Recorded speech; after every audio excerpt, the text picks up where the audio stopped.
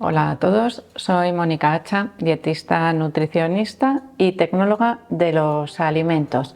Hoy vamos a ver cuáles son las mejores proteínas para una dieta sin carne.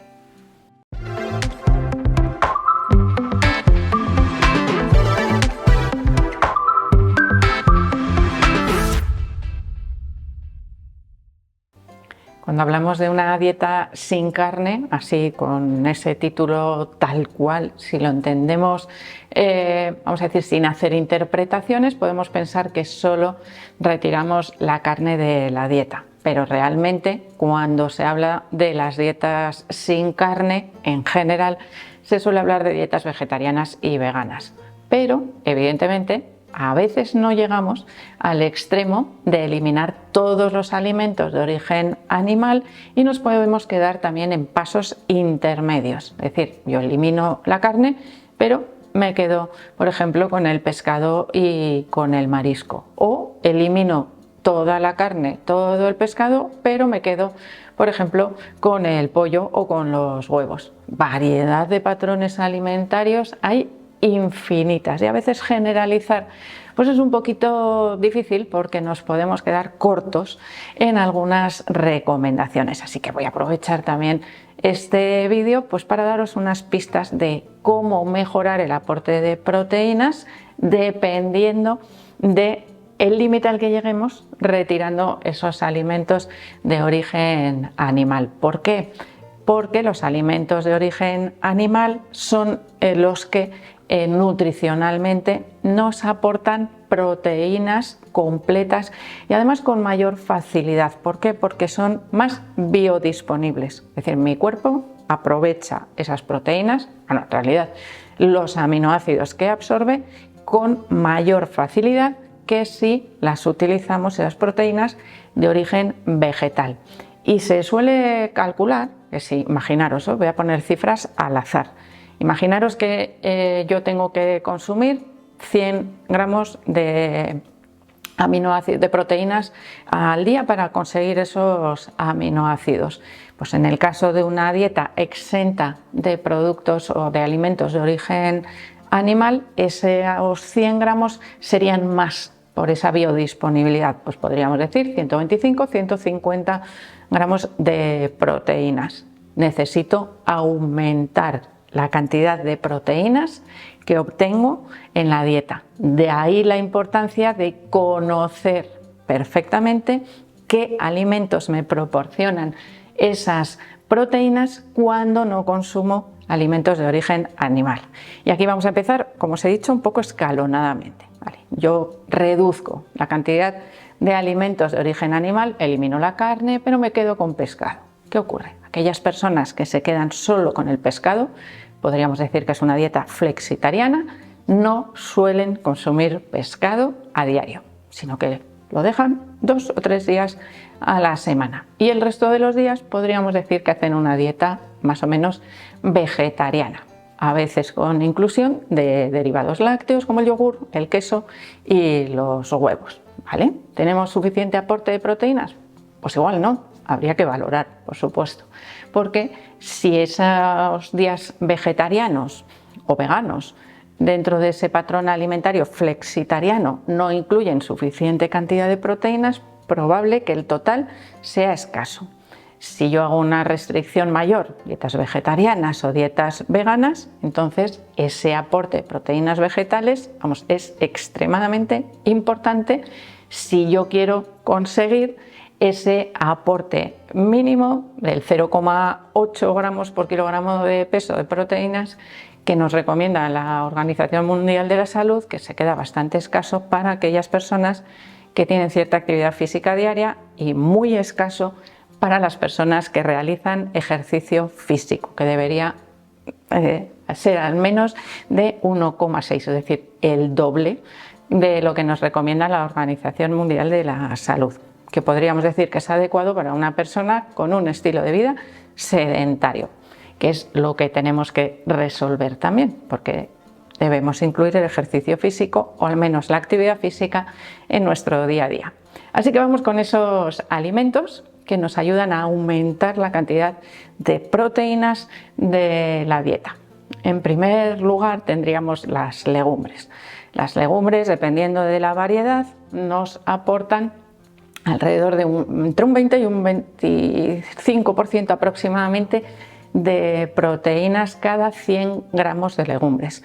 100 gramos de legumbres en seco son una cantidad bastante grande de legumbres cuando las hemos cocinado. Es un platazo de legumbres. Por lo tanto, bueno, pues ahí tendríamos que repartir esas ingestas también a lo largo del día. La variedad de recetas que utilizan legumbres tiene que aumentar, porque si siempre preparamos las legumbres de la misma manera, no vamos a ser capaces de mantener su consumo diario.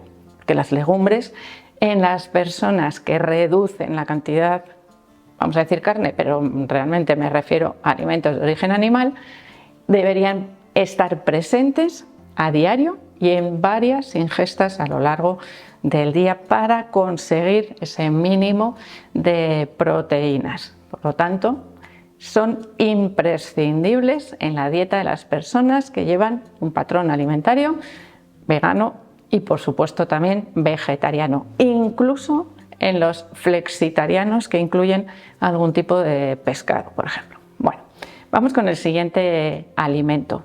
Podríamos decir que es un apartado de las legumbres, que sería la soja, que evidentemente es una legumbre también, por eso digo es como un mini apartado de las legumbres, pero los derivados de la soja, como por ejemplo el tofu o el tempeh o la soja texturizada, son productos, en este caso, elaborados a partir de soja, en los cuales, como se manipulan, se aumenta, se concentra realmente esa proteína, nos vienen muy bien para aumentar las proteínas de la dieta. Son alimentos con poco sabor, excepto el tempeh que sigue un proceso de fermentación y por lo tanto tenemos que aprender a cocinarlos para darles texturas, sabores que nos resulten agradables y apetecibles. Hay infinidad de recetas que se pueden preparar con estos alimentos y por lo tanto deberían formar parte de la dieta de la mayoría o de todas las personas que sigan patrones alimentarios sin carne. Seguimos con otro alimento. Tendríamos los frutos secos. Los frutos secos tienen un aporte de proteínas bastante importante, que puede variar un poquito entre unos y otros, pero por ejemplo el cacahuete, que evidentemente no es un fruto seco, sino que es una legumbre, aunque lo consumamos como en fruto seco, es el que más proteínas acumula de todo este grupo. Después tendríamos el resto de los frutos secos, verdaderos frutos secos, nueces, almendras, avellanas, pistachos, que nos harían aumentar también ese porcentaje de proteínas, pero con una pequeña desventaja, especialmente para las personas con dificultad para mantener el peso, y es que son muy calóricos y por lo tanto tenemos que controlar la cantidad.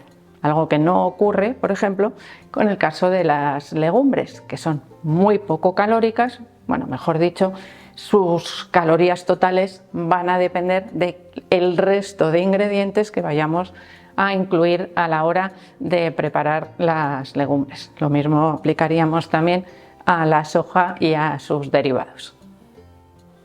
Los frutos secos, además de utilizarlos como snack o aperitivo, podemos utilizarlos mezclados con el resto de las recetas para enriquecerlas, por ejemplo, y de esa manera controlamos mejor la cantidad. Lo más fácil, añadirlos, por ejemplo, por encima picaditos a una ensalada.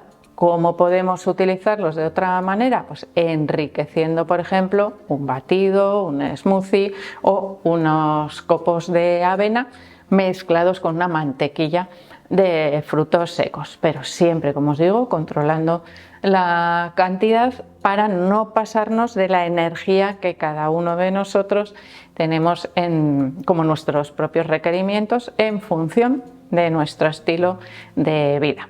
En siguiente lugar tendríamos también unos alimentos muy interesantes, que son las semillas, y en concreto las semillas de chía son las que concentran mayor cantidad de proteínas, alrededor de un 15% podríamos decir, y por lo tanto serían muy interesantes para incluir en la dieta. ¿Qué ocurre? Pues que 100 gramos de semillas de chía es una barbaridad de cantidad que digestivamente nos puede no sentar muy bien. Por lo tanto, lo que nos interesa o lo que nos puede resultar más útil es añadirlas frecuentemente, pero en pequeñitas cantidades, 1 o 2 cucharadas de semillas de chía, teniendo en cuenta que los nutrientes, es decir, esos aminoácidos, que es lo que nos interesa en este caso, se van a absorber exclusivamente cuando esas semillas de chía están trituradas, bien por masticación, que no es fácil porque son muy chiquititas,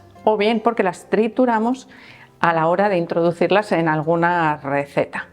En ese caso, las semillas de chía en polvo sería la mejor forma de aprovechar todas esas proteínas que contienen las semillas de chía. Así que ahí, evidentemente, su aporte proteico o su absorción proteica va a depender de la forma en la que las introduzcamos en la dieta.